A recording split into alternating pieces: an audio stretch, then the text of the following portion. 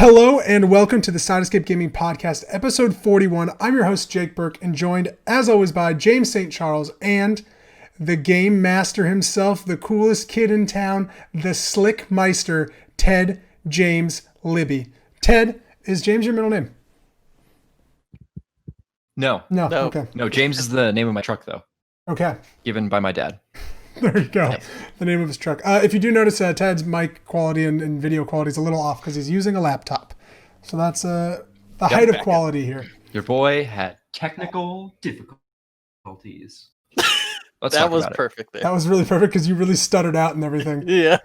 Because this is the JustJakeB Gaming Podcast, episode 41, where every Monday morning a new episode goes live on YouTube.com, SoundCloud, and Spotify.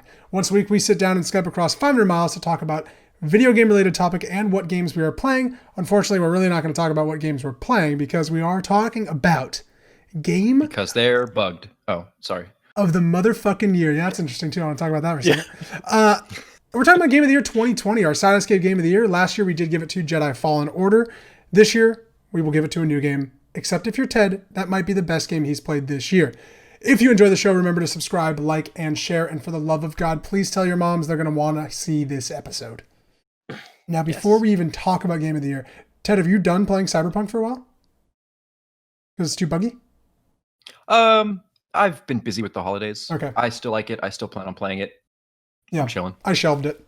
I was like, I'll come back to it if I want to. Let's shelve that game. Let them work on it. Let them finish. I will let you know come beginning of January. Okay. Quick little thing about it. Yeah. I was watching a comparison between the open world for GTA 5 versus Cyberpunk. It's basically an unfinished AAA game. Like, there's so many things missing. It reminded me of like the Crackdown video where you would see like the new Crackdown versus the old one, and like so much stuff is missing.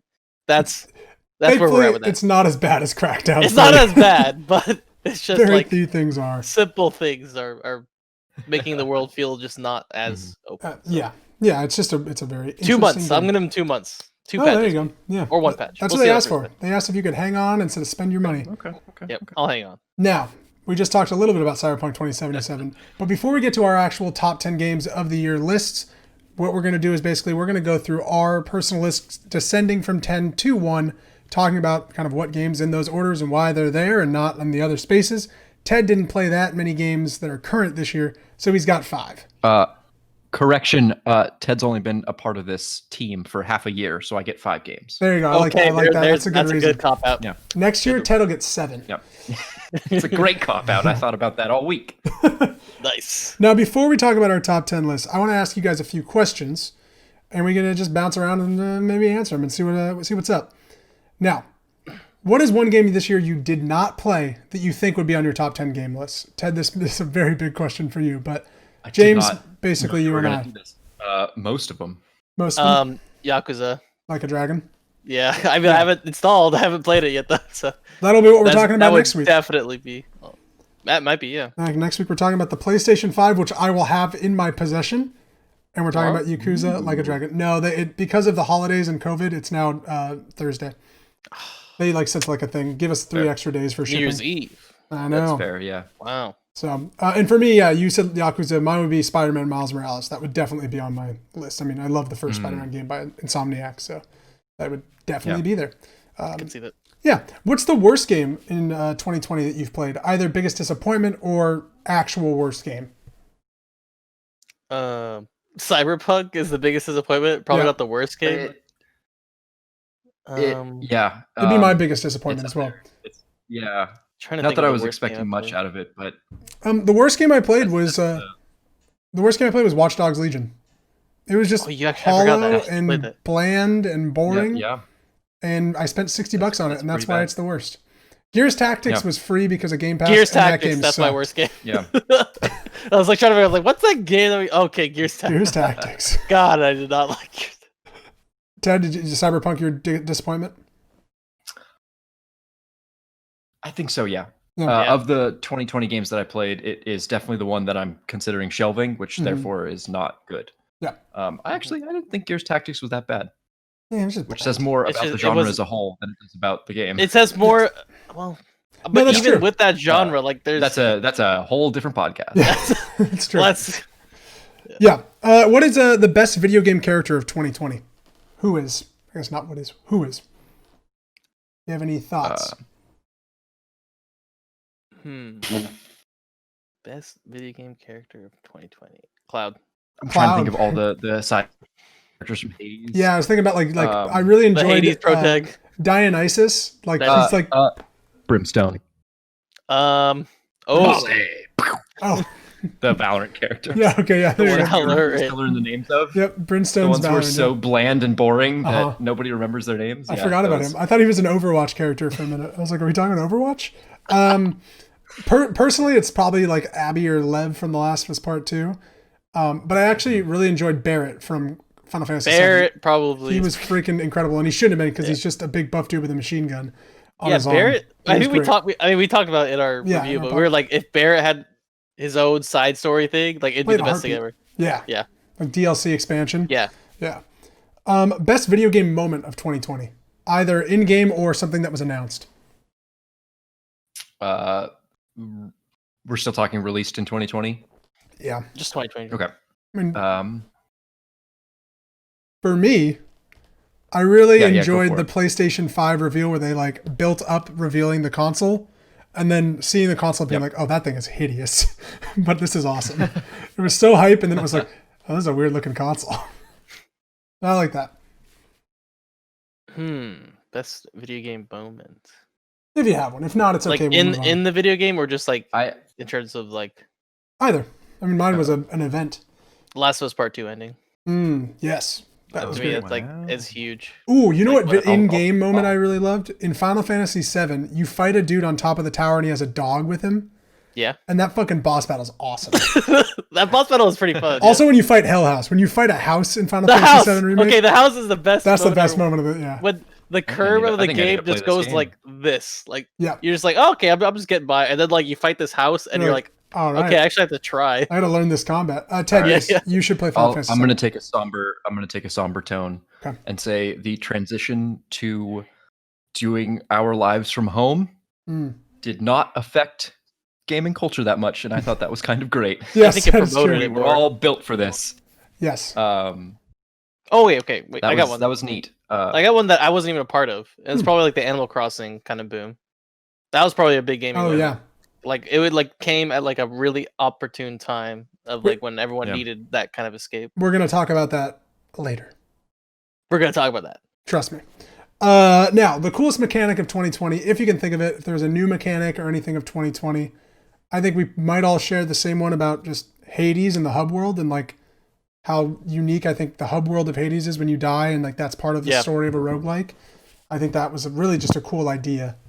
Hades hub world, Ghost of Tsushima wind for direction. Yes, that was the wind. Kind of, great. Totally. That was very cool. Mm-hmm. Yeah. Yeah, the wind I think is also incredible. I think we'll kind of get into it a little bit later. The quality of life tools in multiplayer games like Valorant are very, very cool. And crossplay. Name the rooms in the map. Crossplay was huge this year. Yeah, crossplay where we could play Call of Duty Warzone on PlayStation, PC, and on Xbox is insane. Yeah, I played a online multiplayer game from 2018 on my phone via Xbox Game Pass or X-Force or whatever, X-Cloud. X-Force. It's never been seen before. Yeah. It was very cool. Yeah, I think crossplay in general, I know it's not like a new thing to this year, but really being amped up in every game is pretty incredible. Yeah. Also, just the use of the SSD on the Xbox Series S is just crazy. Okay, one game that almost made your top 10 or 5 list, but it didn't. Ori. Was that your number 11, James? It probably is my number 11. Okay. Like, I was deciding on what like fit that 10 slot. It's like the hardest part. Like, your 10 slot is basically like, what's like the worst game you kind of like, but it's still good that you played. Yeah. So, I would agree. Yeah. Ori didn't make my list, and Ori did not make my list either. It's not because I didn't beat that boss, but it was just because, it's not memorable. For me, mine would probably be Call of Duty Warzone. What? And the reason that it's number 11, it was between this or Valorant. Valorant is my number 10, and we'll talk about that in a minute. But I really like Warzone, but I didn't play a lot of Warzone after James and I did our Warzone after craze. With friends. Yeah. It's like, But I watched a ton of Warzone, and I don't watch video games, but there's a streamer that plays Warzone that I really like. and he's fun to watch play Warzone. It's like, yeah, I would say Which that's streamer? Andy Cortez. He's from Kind of Funny, and then he plays with a guy called Snowbike Mike, and Snowbike Mike is very funny. It's Warzone's just fun to like be with friends and play something. And it's free, and it's even though people say it's like a mode, it is a game. It's like it's using the engine of Modern Warfare, but it's new games come out and it's still encompassing that, and it's still big. And there's a lot of strategy to it, I think, which is kind of cool to like I think it's that. one of my favorite BRs. Personally. Totally. Like it just does everything that you wanted to do. I love that the loadout mechanic. So speaking cool. of which, like the best mechanic thing, like getting your like loadout that you want, like as a perk, that thing is great. Yeah, in game like, is super get cool. money, get your loadout, boom. I agree. Ted, any game that almost made your list but didn't? No, not really. I struggled to make a top 5, so I'll keep my runners up out of it. Perfect. Yeah. Okay. Now, drum roll, please, at home. We're going to start with James St. Charles. James, what is your number 10 game of 2020? Number 10. World premiere. Okay, World premiere. Resident Evil 3 is on my number 10.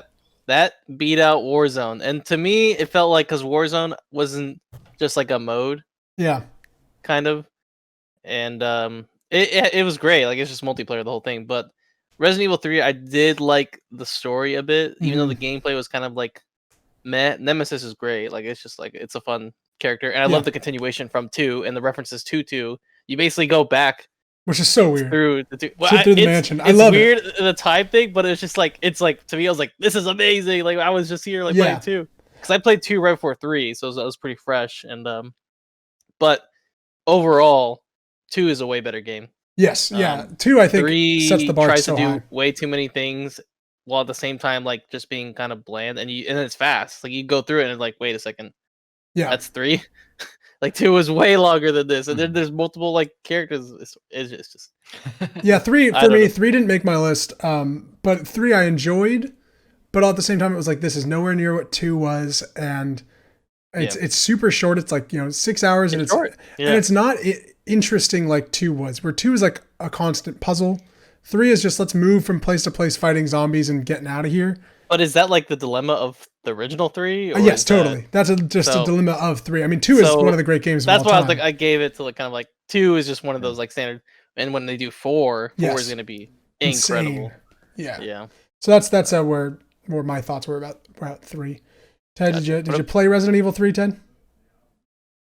No, I did not. Okay. Did you play 2? I am very, very excited to play Resident Evil 2. I don't play 2. much care about 3. Yeah, you don't need to play 3. I would not play 3. 2 is just so good. I think at this time in my life, I am an even-numbered Resident Evil guy. You're an even-numbered kind of just normal guy. You only see the second Spider-Man movies in theaters. That's kind of your thing. My number 10, which I know Ted will talk about later. I'm proud of that, though. I'm proud of that. Okay. My number 10 is Valorant, and I think we'll move on because Ted is going to talk about Valorant later, and I'll jump in when you talk about it later.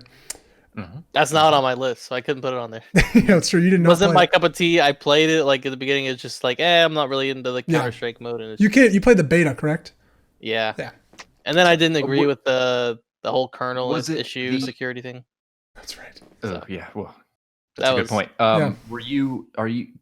Is Counter-Strike game style not your thing, or was it the no, it was one of those things where it was like it's trying to be like Counter-Strike, but with the Overwatch mechanic thing, it was just like it's a little too cheesy. Yeah. And it's not like you could easily not get outskilled and get out like. So yeah, for me, Valorant is not on this list because Valorant is a great game. Valorant is on this list because I played 50 some hours with Ted and friends, and it was just we always had a full crew. So like that's where Valorant was really fun. Valorant wasn't fun for me because it's like this masterclass of multiplayer. James, I want to know what your number 9 game is. My number 9 is a game that I talked about a couple times on this podcast, and that is Genshin Impact. Kind of came out of nowhere. Yeah. And it also kind of left out of nowhere. It's not too big anymore. Like, I saw a commercial for it on TV yesterday, and I was like, I haven't thought about this in a while. They made so much money. They made so much money, so now they can like keep pumping it up. And the way they keep that game interesting is to release more content, which they're doing is just characters, which is boring because if I'm wrong. Oh, okay. I thought they were releasing more chapters of the story. So yeah, and I thought that was crazy weird. But once you get to a certain point, in the game, which is where I'm at. There's no more story, and so it becomes an endless like farm fest. Okay. So to me, like that was kind of like, this sucks, but it's a good story, and the characters are fun, and the map is basically like Breath of the Wild. So, and for free, sure, I'm gonna keep playing. But right now, it's like that game just sits over there until they release more content, because now all they're doing is prioritizing characters because they get That's money. What the money is.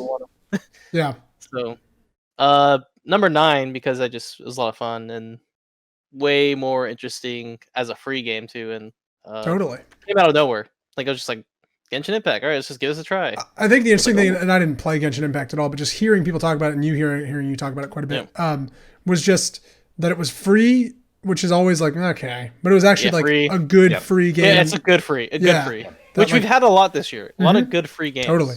Yeah. Valorant. Warzone. Yeah, Valorant. Yeah. So. My number 9 was not free, but it was free because James and I played it on Game Pass. Streets of Rage 4 is my number 9. Now, James, is that on your list? Made it on here. Is that on your list? That's my number 8. Ooh, then let's just chat about it right now. So let's talk. Can I retroactively add this as something that is not on my list that I wish was? Yes, of course. Yes. It's freaking fantastic. That barely didn't make the cut. Did you play it? We could play more than 2 players online, because I know we try to figure it out. But if you want, you should play it with Eric as like a couch co-op on Game Pass. You could do like 3-4 players local co-op. 4 players, 4 players local co-op, and it is refreshing. It's awesome. It literally is refreshing to the beat 'em up. And it is.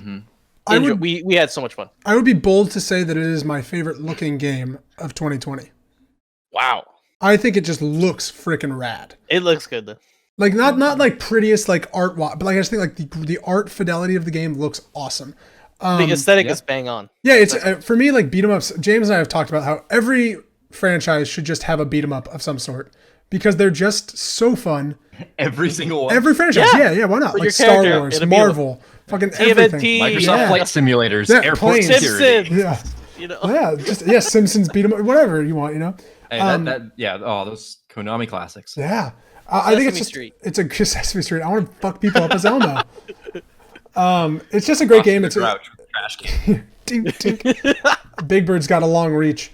Actually, I'm into this. I like this idea. Beat 'em ups are fun. It's a great. And no, it's just a great beat 'em up. I mean, the combat's really fun. It's fluid. It's every character. Music's good. The music's fantastic. Yep. Every character operates super differently, and you can you find characters that kind of fit how you want to play well, and then once you figure out kind of the cadence of when to attack, block, I think it's when James and I really started to like it. The first time with our strategy. Yeah, there was a time we played 2 sessions, and the first time we played 2 levels, got our asses handed to us, and we're like, all right, we'll come back to this. And then we figured something clicked in our heads at the 3rd level, and we ran through the game, and it is a 2-hour game maybe. Yeah. And it's super fun, and it's super interesting, and constantly okay, I gotta go replay this again, and I really love Streets of Rage 4. I think it's just great. I've never played a Streets of Rage game, and this one just really nailed it. What's funny is you could unlock the old characters from the original Streets of Rage, and they're 8, they're the 16 old bit. sprites. Yeah, they're the old sprites, but all their stuff works. It's very fantastic. cool. Really recommend free on Game Pass. Game Pass, just a great game with co-op, and God, it's super fun. I would out of left field, we were just we're gonna play this. Should we just try this out? Yeah, on our list. It's on our top 10 list. It's on our top 10. It's freaking awesome. These games come out of nowhere, and I guarantee most of these we weren't on our prediction. No, it was just I was never predicting Genshin. I was never predicting Risk of Rain, all that stuff. So I was not predicting that I would enjoy Streets of Rage 4, but it's fantastic. So what's your 8, Jake? My number 8 is Ghost of Tsushima. Oh, which I feel like is really low for a lot of people. The reason it's low is I think it's beautiful. I think the combat's great. I think it's I love samurai. The way they were able to capture the Kurosawa films into a game. Yes, phenomenal. It just never not clicked because I got how to play it, but emotionally clicked or found its hooks in me.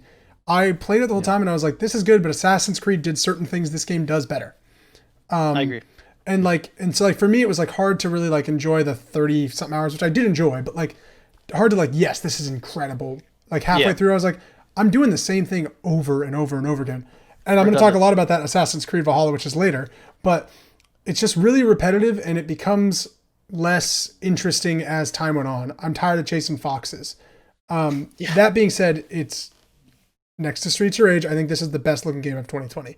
I think the art direction, the falling foliage of like leaves and everything that really captures like the different environments is fantastic. Is that on your list, James? Yeah. I mean, yeah. We'll talk about it later. It's a little bit higher, but in terms of like environment, it hit the nail on the head, and it's just one of those games where it got too redundant. Yes. Like I felt like I was doing the same thing like every single mission. It was like, this is not fun. Oh, sorry. Back to our coolest gaming moment of 2020.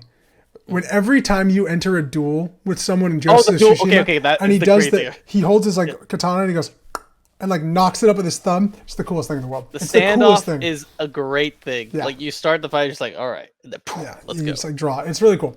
It's got great mechanics. It's a great game. It's just it didn't click for me, and like I didn't fall in love with what I was doing. But I can't wait to see what Ghost of Tsushima 2 or whatever it is looks like, because I think they'll really refine that process and either add different tasks to go do or refine it and make it smaller. Because as a 25-hour game, this game would have been awesome. Yep. It just goes on too long. So we're on number 7, James. Yes. So my 7 is Risk of Rain 2. Ooh. That's where I put it. It's not on my list, so we can talk about it here. Okay. It was too easy. It was too easy. I beat it the first round. So this was one of those indie games that Shut also up. I will be talking about this a lot as well. Okay. Yes. I know that. But I guess we'll I guess that's on your top 5. Let's come back to when Ted can talk about it, because I'm curious. Let's do that. Yeah, but anyways, it's at my number 7. Okay. Was that sorry? So your 7 was Ghost of Tsushima. No, my 8 was Ghost of Tsushima.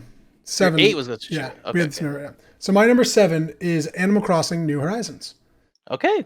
Nice. It's low, but it's Animal Crossing was phenomenal for. Was that a time and a place moment? Yes.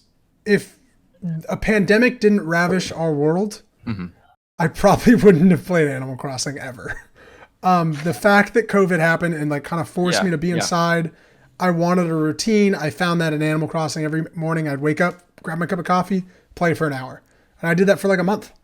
And how many times do you think you like talk shit about a game? Like, I'm never going to play Animal Crossing. God of War, I don't know about that. And you play it and you love it. Like, how many times? Cool, a lot. I do that. I have very strong opinions right away about something. And then you're like, I'll just try it. Yeah. And it turns out to be like phenomenal. Like, this is my game. Oh, we're going to talk about when we get to Final Fantasy VII Remake. That's exactly how I was. I was talking mad shit about that. Cloud. But now I'm fucking in love with Cloud. So yeah, for me, it's just Animal Crossing is Animal Crossing. It is what it is. And for me, that was fun for a month and a half. And then I have not touched that game since. Where I know people like, I'm sure they're pissed off at me. And I don't want to go and have animals yell at me. I think that's dumb. That was the old Animal Crossing. It was like, hey, you haven't talked to me in 1,029 days. Yeah. Like, oh, sorry. Your flowers are dead. So yeah, Animal Crossing is there at 7. I don't have a lot to say about it, to be honest. It's just, it is there because I'm no longer touching it and I have no inclination to go back. But it was fun for what it was, and I enjoyed the COVID Animal Crossing. I wouldn't get another one. You got a Switch game on your top 10. Got a Switch game on my top 10. I got another Switch game on my top 10. We'll talk about it later.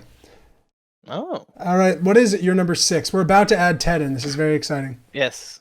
So my 6 is Ghost of Tsushima. Okay. Did not make the top 5. It's not. Okay. I put it slightly above Risk of Rain 2 just because I just didn't play Risk of Rain 2 enough. Mm-hmm. Like I probably have 30 hours in Risk of Rain 2, but Ghost of Tsushima, like I played way more, and just again, I got the hats off to the world and the music and the aesthetic, the art direction. So that's a game where let's just clue in Cyberpunk here. It just, the AI does feel like it's part of the world, and it's great and it fits. Yeah. So it feels alive. Yeah, I would agree. I've heard that. Yeah, but you're redundantly like hunting down these fights, and they get too much of the same. Mm-hmm. Need a little mix up. I think if they had like some spice in the weaponry and the tactics for doing the missions, I think being locked down to just your katana that you can put skins on. Yeah, the skin thing it's fine. It's old, but it's fine. But it's just like give me some other Japanese ones that were around. Yeah, or like please, let me dual wield or something, and yeah. I just think that it needed something else. Yep. That being said, I think the one great little minor thing that they did for open world games, besides the wind, which I think is major, is when you're following someone and if you start to sprint, they'll sprint with you. And in Assassin's Creed Valhalla, they do not do that, and it's really annoying. What? I just want them to walk goddamn faster. To me, I was like, okay, great. Now they're starting to do this. Yep. People do. Which I think we're going to see that always now in games. But that was a really good like quality of life thing that Ghost of Tsushima did. Nice. Yeah, that was your 6, right? That was my 6. Okay, my 6 before we add Ted into top 5s. My 6th is Assassin's Creed Valhalla. The reason it's on there at 6. Sorry, Ted, please. I'm surprised it didn't make top 5. Right. The reason it didn't make top 5 is because it is so fucking long. I have never played a game where I'm like, okay, I'm ready to like move on. Like I'm ready to get to the next step of this game. I love Assassin's Creed for what it is now. It is video game comfort food. It is the Marvel Cinematic Universe. I go in knowing kind of what I'm going to get, and I get it, and I'm happy. And Assassin's Creed's not pushing the envelope. They're not like trying to change everything up, but it's just like, I know I'm going to go in there, have some fun stealth, some fun combat, and I'm going to upgrade a dude. And that's what I do. And it's fun, and it's great. And I just run around, and it's very Witcher-like, and that's fine with me. But I know it's not reinventing the video game wheel here. But it's fun, and I truly enjoy it. And I'm still playing it, and I'm like 40 hours in, and I think I've got another 9,000 hours because I'm level 150, and there are level 350 areas in this game. So Jesus, I got a lot to play, but it's good. Yeah. It's really fun. The setting is cool. I like the Viking early England setting that it is in. I think it's really innovated and new. All right, we are at our top 5, boys. We're now going to add Theodore James Liddy into the conversation. It's not my middle name. Ted, what is your top 5 game of 2020? My top 5, which is the bottom of the list for me, is something that I put on this list not because of I played a lot of it, but because I respect it, and that is Microsoft Flight Simulator. Okay. Oh, good. It is a game, and I'm kind of quoting a lot of the sentiment on the internet about this. It is a game I can respect from a distance. Yep. It's one of those things where I played it only a few times. I loaded it up. I loaded up my hometown airport. I looked around and went, yeah, this is what it looks like. I got up in the air. I set a destination for San Francisco or Los Angeles or Tokyo, and then sat in my plane and realized it's going to take actual real live flight time to get there, and that I am not going to sit here for 14 hours waiting to go to Tokyo. So can I tell a little story about this really quick? So my stepdad and I were talking, and he used to play a lot of Microsoft Flight Simulator back like in 2000. And so we're talking. I was talking like, hey, they made a new Microsoft Flight Simulator, and he loves flight games. He like still wants to play them. And I was like, they made a new Microsoft Flight Sim, and my mom's like, what is that? And he goes on to like explain what it is. And he's like, oh, what I used to do is like set up, like I'm going from LA to Tokyo or whatever. And he goes, and I would just leave it running on my computer. And throughout my Saturday, I'd come by and I'd check on how my flight was going. And my mom looked at him with so much disappointment and like disgust that he used to spend his Saturdays just like that. It was so funny. And I was like, hey, it's what people do. Yeah. Yeah. That game hits a strange nostalgia point for me, who, when I was a kid, played Microsoft Flight Simulator 2000 with this same joystick at my dad's house. And yeah, it hits all those same points. It's an airplane game. It's realistic airplanes, but it just hits all of those same nostalgic points. It is realistic. It is weirdly accessible. And it's a very cool tool.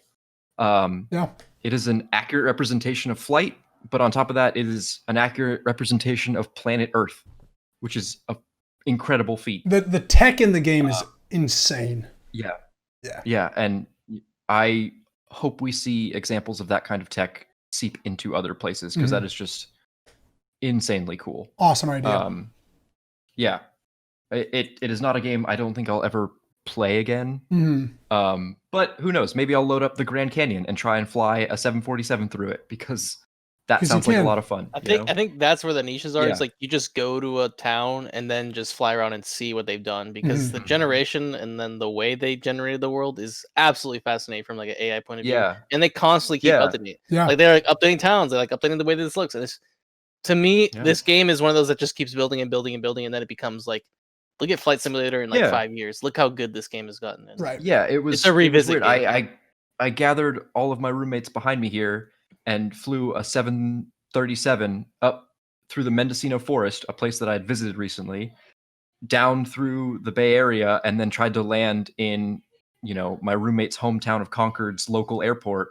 And the whole time we were like, "Oh my God, that's a real place. I've been there. I've seen that. Yeah, I've seen that freeway." Place. Yeah. Yep. And I think that's the cool thing. It was just really cool. Mm-hmm. Yeah. It's just a very cool thing, and I think it needs some acknowledgement in the world. Totally, and apparently, and I don't know this much about the game really. Apparently, you can really adjust the settings to make it more arcadey to less arcadey, and that there are like accessibility options to play like the kind of flight game you want to play, which I think is really cool. Yeah. It can be very easy. It can also be flipping every switch on the plane. Every switch is bindable to your keyboard or to your home simulator setup, which a lot of people do. Yeah. And I just think that's a cool, niche, fun thing that they're letting people explore. I totally agree. It's a great number 5. James, what is your number 5? Number 5. Probably a game that I don't think anyone here has played. It's Half-Life Alyx. Hey, wow, number 5. Yeah. Made top 5. Did that? I figured that was going to be higher. Yeah. It could have been higher, but my top 3 is pretty solid, and it was just a coin flip between 4, which I feel like I had more fun with and enjoyed what it did. Okay. So we'll talk about that. But number 5, Half-Life Alyx. The reason why it's 5 is because it's probably the staple VR game of all time. That was my question. It's setting a precedent. Yeah, it's gonna set the like precedent of what a VR game could be. The precedent for quite precedent. I wish for quite a while. I would say this was like they poured so much like detail and the abilities into this game. Yeah, and the story as well. I think that's really important. I don't see any other VR game company like touching it unless they like really devote the money and like put their put their money where their mouth is. And but I just don't see another AAA company like doing that investment. Even with all the money that VR has gotten recently and the amount of the player base has grown, it's just not feasible because you're missing out on a huge gamer market if you don't appeal to all the gamers. So that's why it's like you have companies that are doing like, oh, it has VR options, like Squadrons. So we might see that, but it's like unless you fully commit like they did with Alyx, it just won't be. And that's good. Like Half-Life's thing. Half-Life was always about like pushing technology in different directions and testing new things. Yeah. And it's cool they found that we're going to do it with VR. The coolest thing I have not had the chance to play Half-Life Alyx, and I can't wait to actually do. But I love like hearing the stories about like you can only carry X amount of grenades. So people like pick up a basket in the world and put like 10 grenades in the basket, and then like they're able to use the grenades from the basket, or like they put every like object in like their hands and they're throwing like barrels at people, like whatever. I think that's like so fascinating. Of like they're using the environment and it feels so real. And when you're facing enemies, it's just scary too. Like I feel like it's like this most real VR game I played. Yeah, and I played it on the Windows Mixed Reality, which is like a $200 headset, and it was amazing.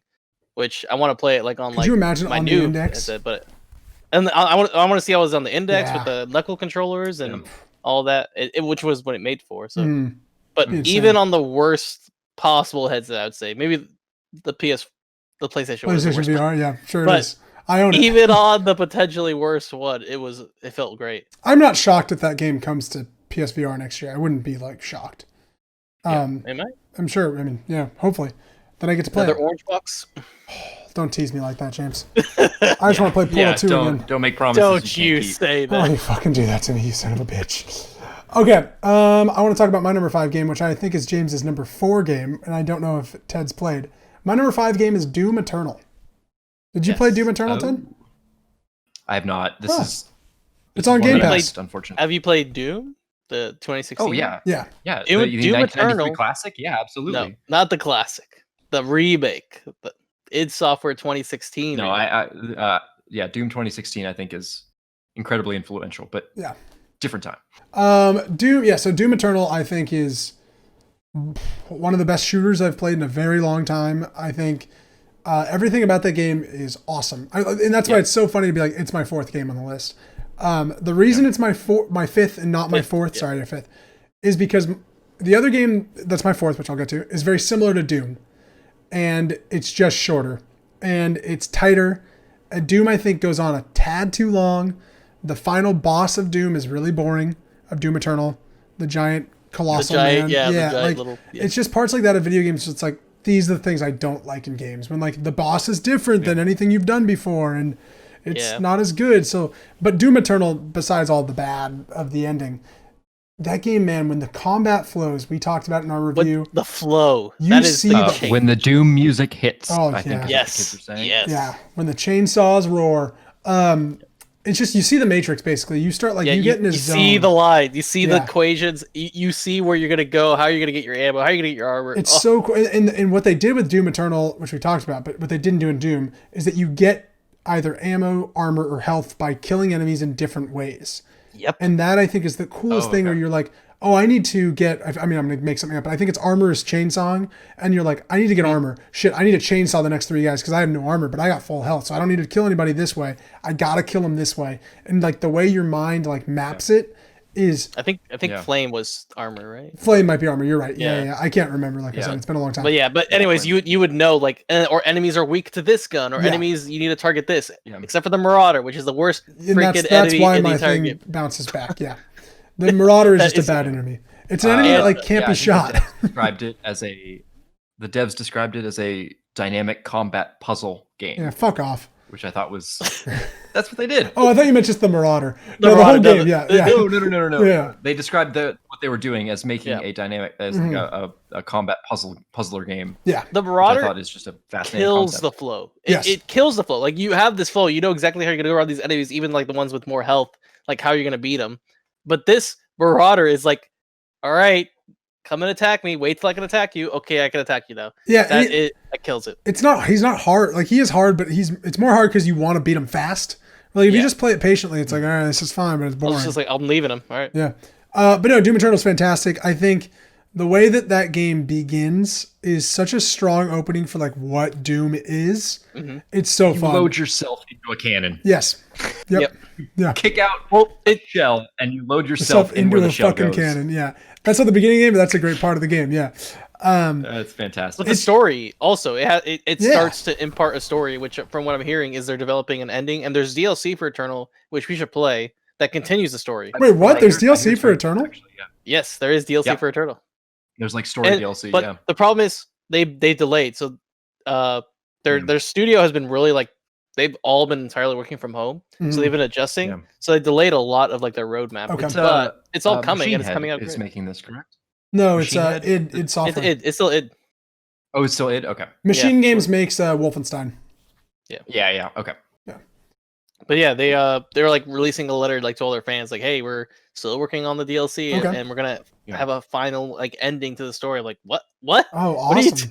What are you doing for That's the exciting. DLC? Yeah. So they're really dedicated to the DLC, and they're like, what the game can do. So what you're saying is we should give it Game of the Year so they can release a Gaudy edition just for me. It sucks that like so many other great games came out this year because this easily would have destroyed last year if it came out earlier. But... and it was supposed to come out last year. Yep. Ted, that's rough. Ted, every game that we mention here will get a Game of the Year edition because that's how video games work for some reason. Someone mentions it and it gets a Game of the Year Game edition. of the Year. Dead Island had a Game of the Year edition, and that game was nobody's Game of the Year. All right.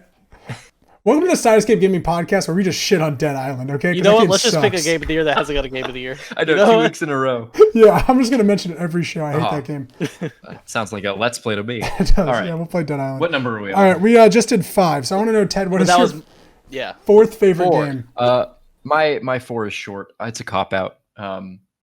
The Game Awards. The Game Awards allowed Star Wars Fallen Order into one of their 2020 categories. Okay. Therefore, I'm allowed to put it here as my number 4 game.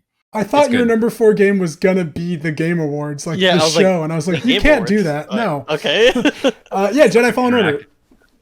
Would that game have been your Game of the Year if it came out this year? Does that make sense?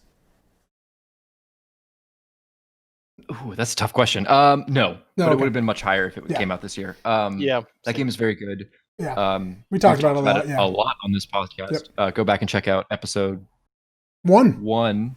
Yeah, and then our Game of the Year podcast, which was episode 3 or something. Yeah.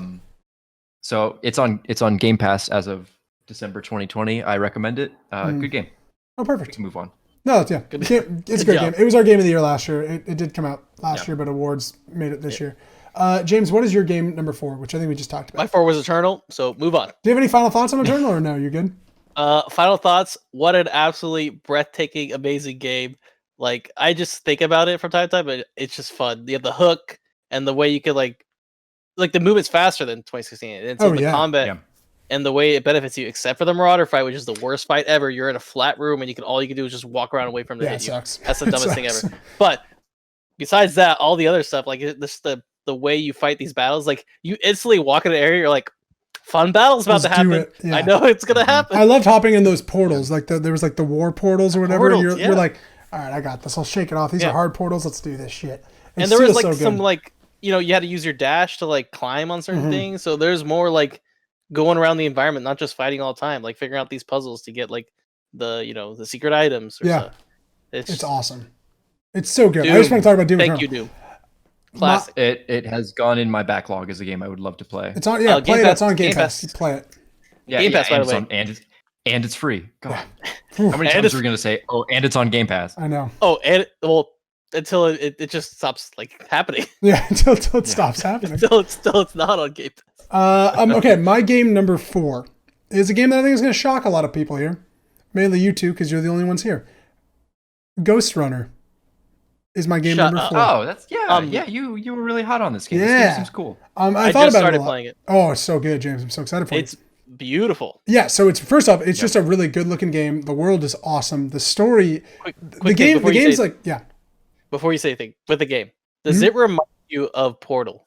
In a little bit, yes. Okay. That was the instant like aesthetic I got from just like going around and doing some of the puzzles. Yeah, I would say like the way that the architect talks to you, it reminds me a lot of like Gladys, like in the first game, with a lot more story. I think what's cool about Ghost Runner is how they incorporate like the story in the world while you're playing.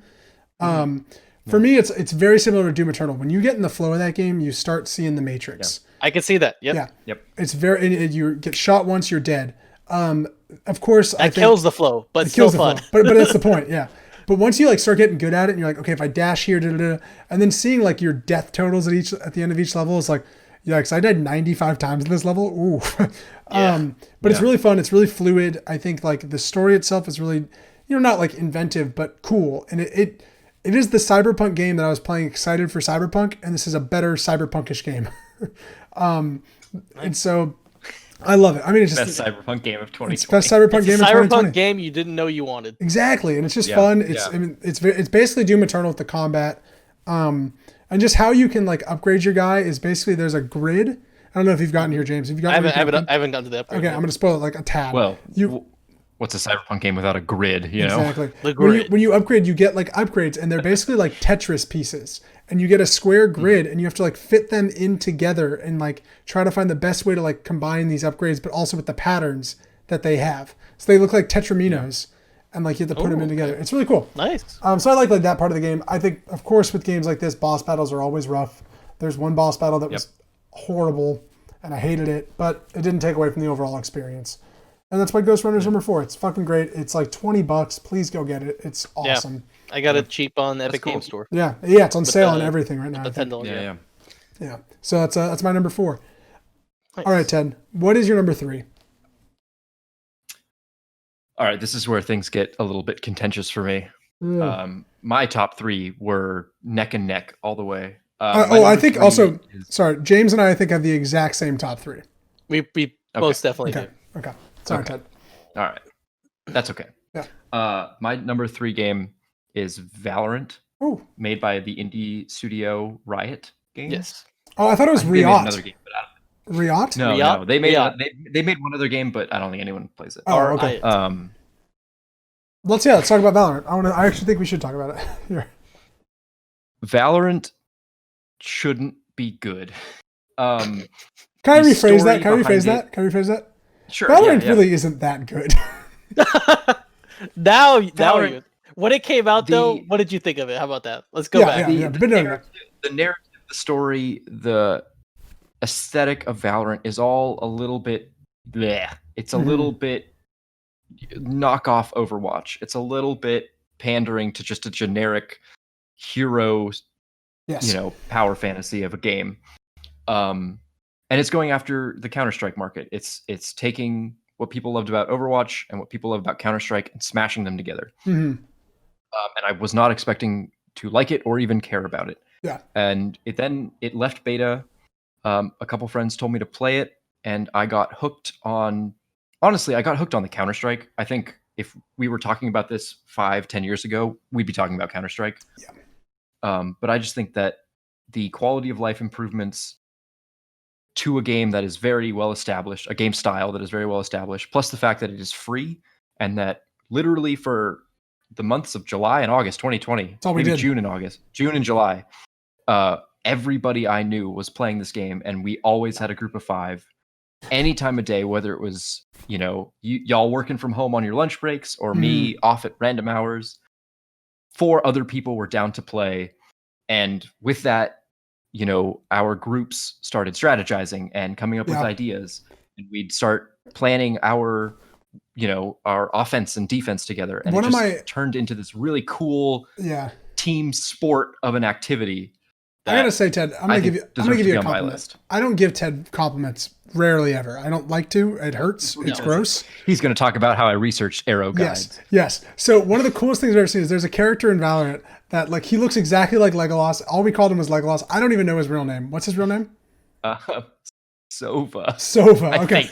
Yeah, no, you're right. It is Sova. None of it's good. No, none of the characters are good. No, but he researched. He has a sensor arrow. He fires an arrow and it pings the area and it shows you where enemies are. And Ted really liked the guy, and Ted wasn't good at this character.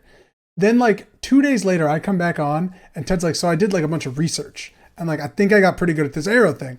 And Ted stands on one part of the map, and he's like, okay, hold on. Okay, I gotta go a little up. Fires, and it goes to where they spawn or where they're defending, and he's like, yeah. And he's like, yeah, I know every spot on the map, where I'm supposed to aim and fire. And then he goes, I have a Google Doc that tells me where. I do. And he's reading the Google Doc while we're playing, and I'm like, cheating. This is awesome. Yeah. It's so absurd. It's so funny. It's so over the top football plays, John Madden. Yeah, it's football plays. But that was the great thing about Valorant is Valorant let you do that, let you overthink everything about the pieces of it. If you wanted to dive deep into that, you could, and it was a very cool experience. And that's the thing I think. Oh, sorry. One could argue this is just Counter-Strike over again. But for me, in a time and a place, I was hooked on it. And that's why I loved Overwatch when it first started. I really loved Valorant when it first started. And games like that. I really love Siege. I think the problem with me is once these games, it splits. And there's a casual audience and there is the most intense hardcore audience. Yep. And the hardcore audience plays every fucking day and knows every place that you could sit and how to throw a grenade over the wall. And then it becomes less fun when you're just sitting there and this guy knows exactly where you are and why, and you get taken out. You're like, all right, this guy just knows the game better than me. It's a different language. Yep. And that's why I started to not like Valorant when I was like, this isn't fun. Or people on my team got too into it and they're getting mad at me because I'm not in a certain place. And I'm like, motherfucker, I want to play this game. I want to have fun. I'm not here to sit in this corner and have the best angle on this area for 3 minutes.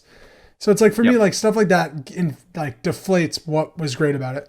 But Valorant was fun for when we were into it. And I never played Counter-Strike, so it was a fun way to learn the Counter-Strike mechanics. You buy guns every round? This is new. But it's not.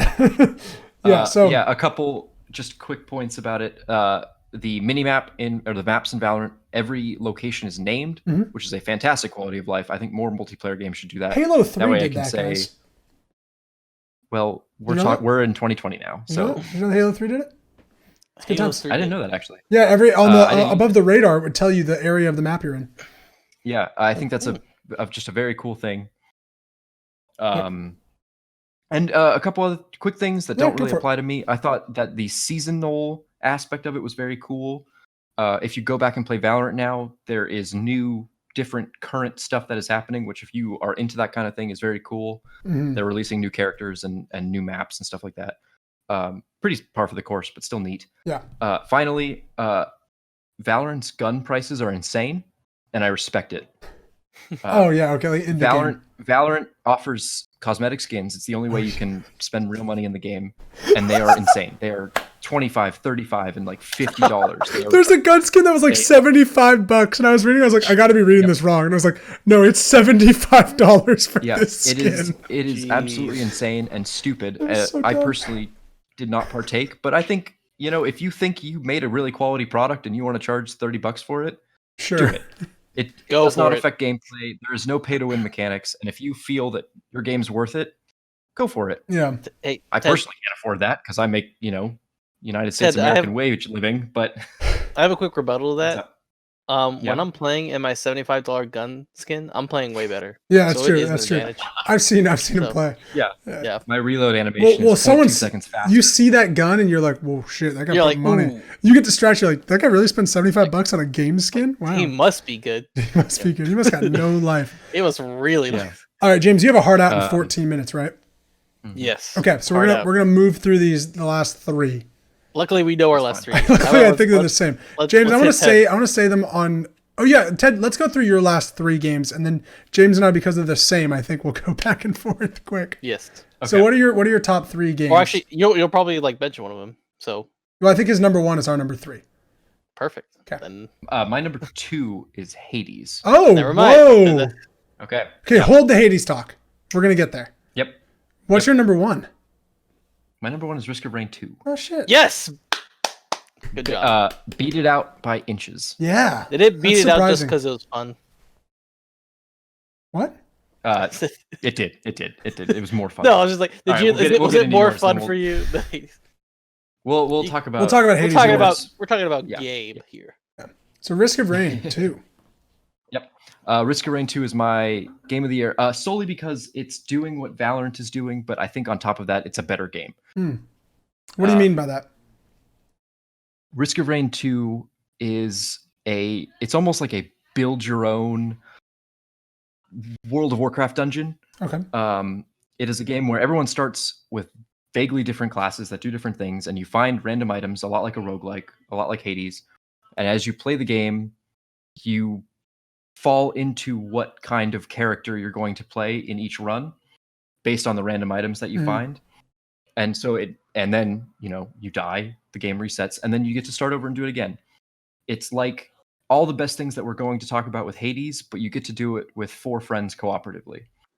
And on top of that, you do it with a really cool soundtrack, and you do it with a lot of weird, quirky secrets and design aesthetics and just weird stuff that like somebody clearly got high in a boardroom and was just like, I don't know, add in a ukulele that does AoE damage. I don't know.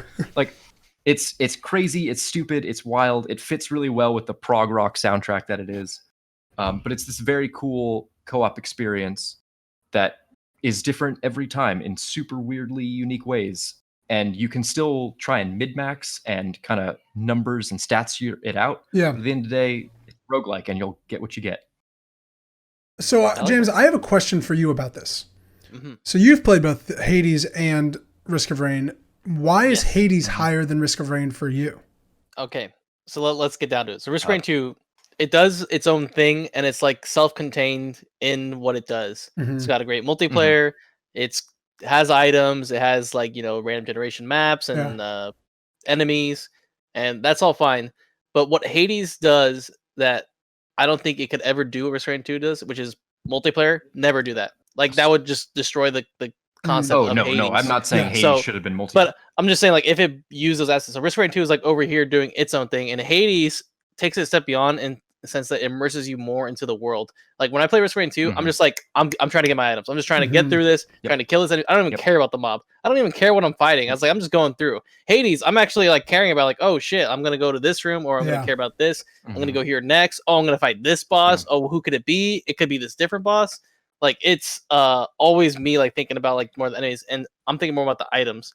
That being said, with Hades, you are thinking about builds, but then I'm also thinking about the person behind the build. It's like, oh, it's like I'm gonna upset someone. You don't want to upset Zeus or something. Yeah, it's like, oh shit. Like, so that is. I picked Risk of Rain 2 over Hades solely because of the multiplayer aspect. It's because a lot of my friends and current group and roommates, we are able to do it together. And I'll come home from work, and one of my roommates is like, "Hey, do you want to try a X, Y, and Z run today?" And I was like, "Yeah, why not?" And I get to hang out with them and play a really fun, really, really cool game. Yeah. So Hades is an incredible game that definitely deserves to be on a lot of people's number one. And now I want to transition to James and I's number 3. And James, I want you to say it at the same time with me. 1, 2, 3. Hades. Okay. XCOM Chimera. Oh.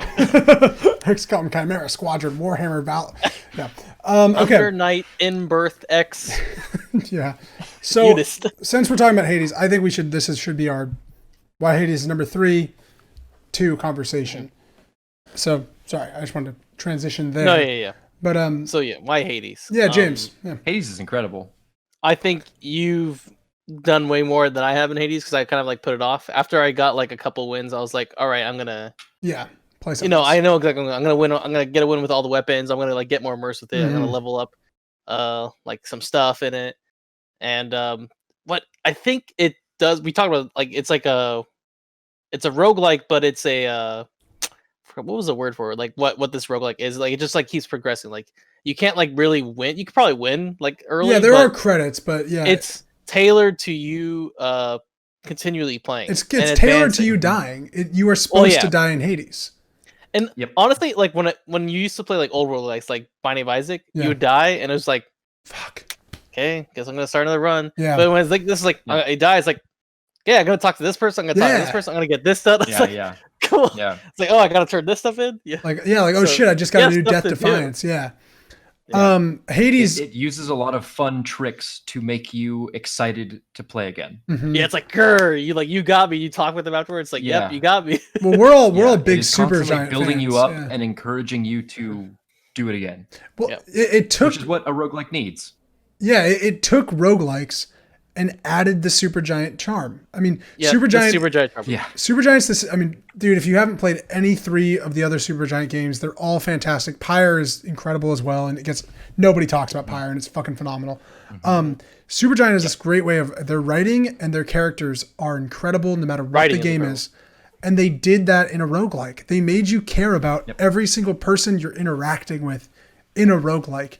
That like, dude, Megara, who's the first boss, who's the fucking harpy lady, I think is so fascinating because she's pissed off at you because she keeps failing. Thus, she has to bring in her sisters, and she hates her sisters.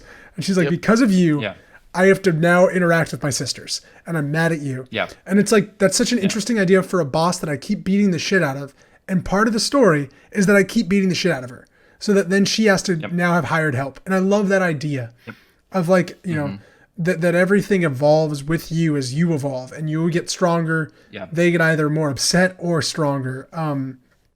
Yeah, I think like they've managed to find relationships with characters, and and then it's Supergiant, so then their music is just on frickin' point in the voice acting. Yeah. And yeah, dude, it's a game that when I looked at these top 3 lists, I was like, it could be number 1. It doesn't these three are so interchangeable and these so three are super interchangeable. And I think it's tailored mostly to us. Yes. Like, so that's why that was something that we didn't have last year. It was like, this has to be 1. Yeah. Everything else is bad. Mm-hmm. This is just like so. It could have easily been my number 1. Yeah. Like different time, different like feelings. Yeah. Absolutely. Yeah.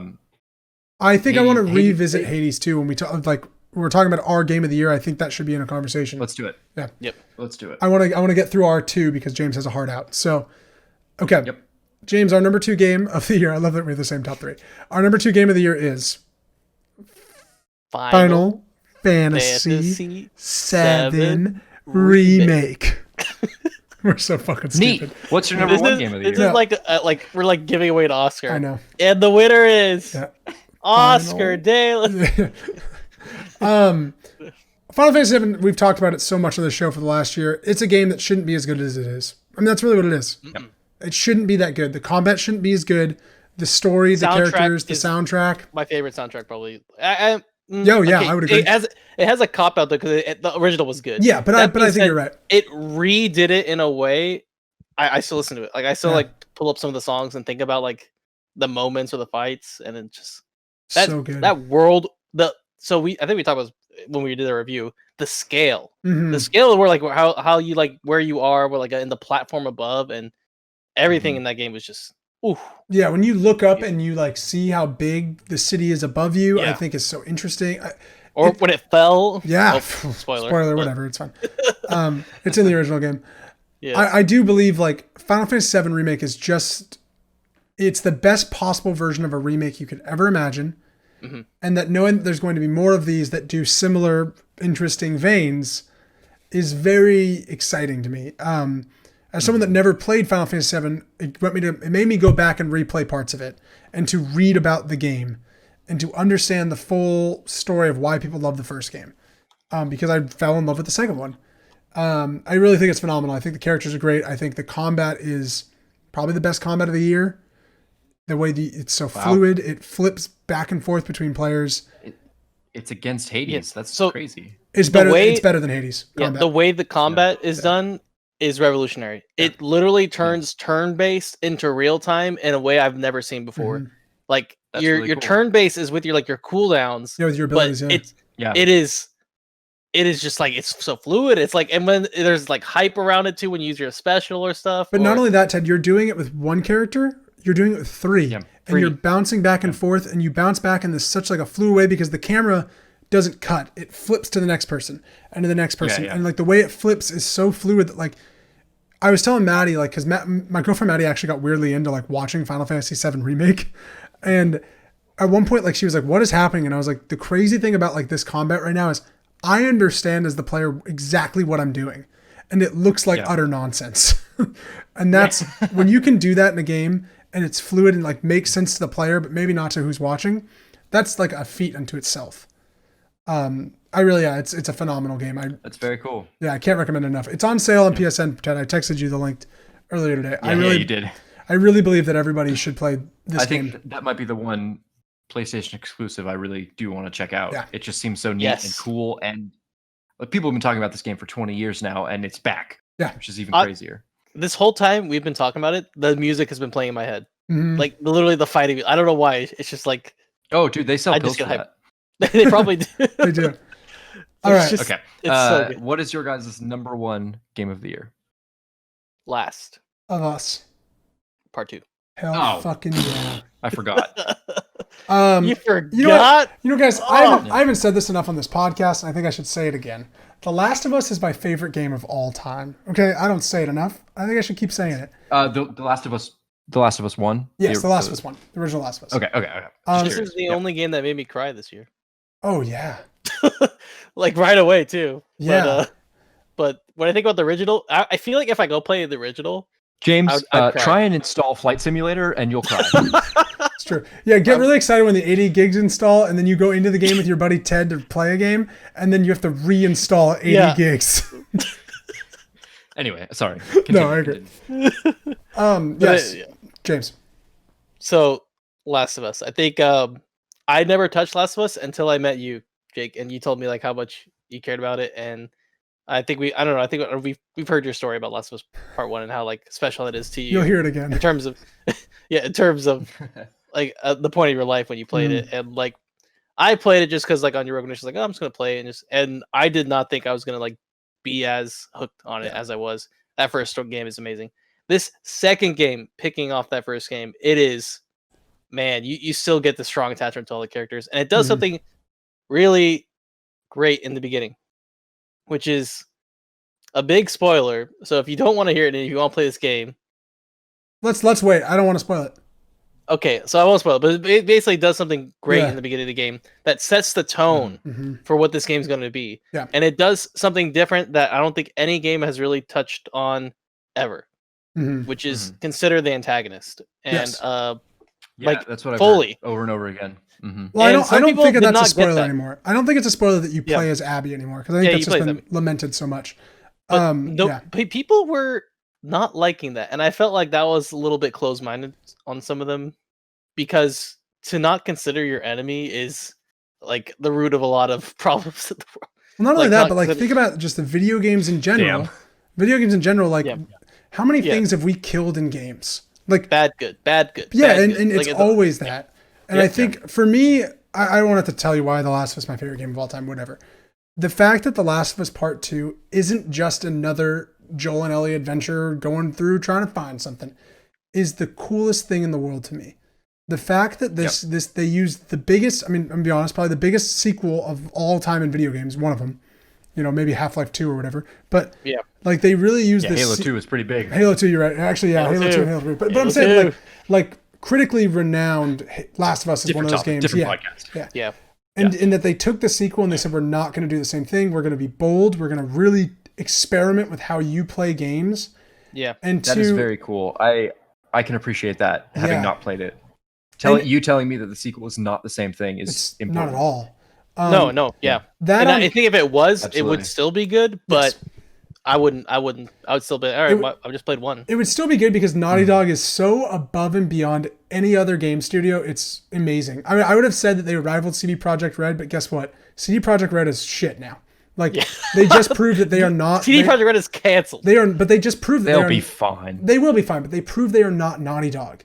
No, Naughty Dog doesn't release games like that. Naughty Dog is so. I'm gonna be honest, like up its own ass in a great way. That they know how top tier they are. That like we can't release something that's not perfect. And they played. CD Projekt Red looked at their money and they said, "Well, fuck it. We just got sold 8 million copies in a second." Where Naughty Dog is like, "We're gonna keep delaying this game until it's perfect, or imperfect in their heads," and they did, and they kept delaying it. This game was delayed this year, and it was the best delay. Would you have remembered that? Would you have known considering the year, of course, but like when I think back at other games that are delayed, it's like that was delayed. It's like you would have known Cyberpunk because they kept delaying it and they went gold and then delayed it. But yeah, hey, if a game ever goes gold, it failed the formula. If a game ever goes gold and then gets delayed, don't buy that game. It's not going to be great. But no, I think like The Last of Us Part 2 like really was bold, and not only that the story and the acting and the performances and the capture and the graphics were great, the gameplay and the stealth gameplay is next level, man. Like it is fun to play. Where I will admit, The Last of Us Part 1 is not the best playing game. Even at its time, it was like rough. But it now, like Last of Us Part 2 rivals Metal Gear Solid 5 with stealth gameplay.